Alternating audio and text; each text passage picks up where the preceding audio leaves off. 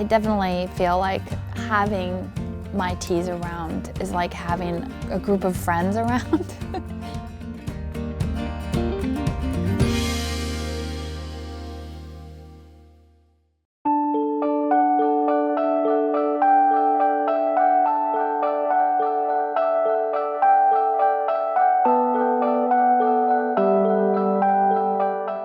My name is Scout Erling, and I'm the owner of Flying Bird Botanicals. We're a small tea company that makes organic herbal teas and exotic teas from all over the world.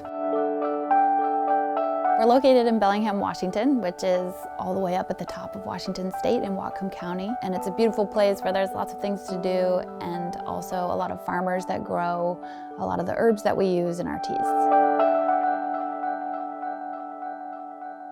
When I was 18, I moved up here to go to college. I did pre-med. While I was at Western, I apprenticed with a woman who owns a local herb shop, and I learned about teas and how different herbs affect the body, and it was really fun to, integrate that with all the chemistry and biochem that I was learning.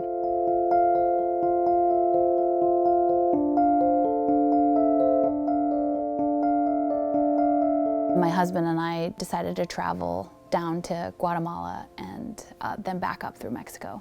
While I was in Guatemala, I ended up meeting these women who were reclaiming using herbs. The name of the group translates roughly to Women of the Moon, and quickly became friends with them. And I was super fortunate to learn about the herbs that they use that are native to Guatemala, and then also to share with them all the knowledge that I had about the European herbs that had come over with the colonizers, so that they could learn how to take advantage of those herbs too.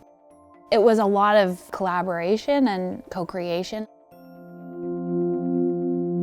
For us with Flying Bird, it is all about creating community, and so that community originally started in Whatcom County, and it was about our customers and it was about the farmers in Whatcom County. Our Peace of Mind tea was actually 100% grown in Whatcom County. At one point it was 100% grown in my yard.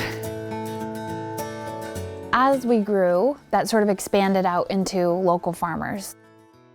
I would either go there and harvest it myself, or they would harvest it for me and bring it to the farmer's market, and I would take it home and hang it to dry. When we were a lot smaller, especially, my kids were with me all the time and they were really young, and so I would get them to harvest with me or make it fun for them. I remember that picture of Maple. She's helping me harvest hypericum or St. John's wort, and when you pick it, it makes your hands red, and so she has red all over her face from picking the flowers and putting them in the jar. It's kind of difficult to make it as an herbalist. I feel really lucky that we were able to create something that resonates with so many people. One time somebody said to me, "Do you ever think about at any given moment how many people are drinking your tea?" And I hadn't at that point, and it just I'll forever think about that. It's so cool to think about all the people who are finding relief or just enjoyment. That is definitely up there with what I love the most.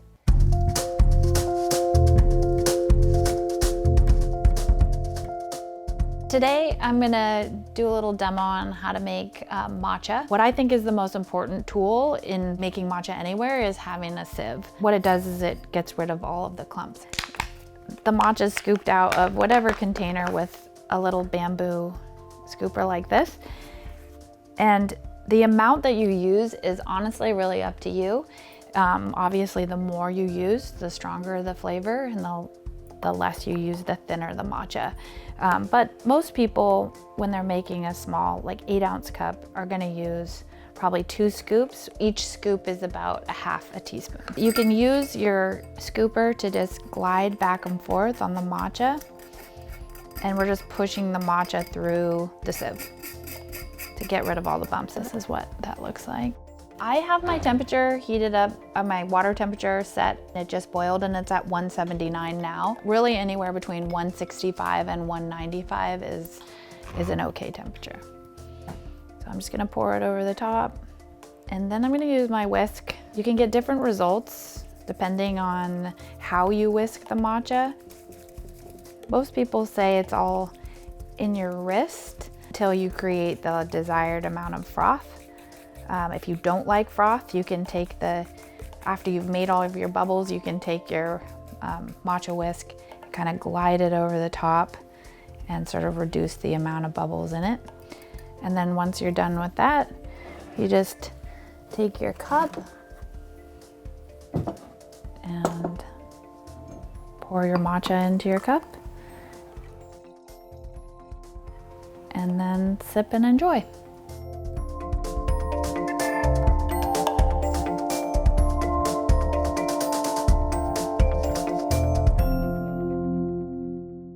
Made There was made possible in part with the support of Visit Bellingham, Whatcom County.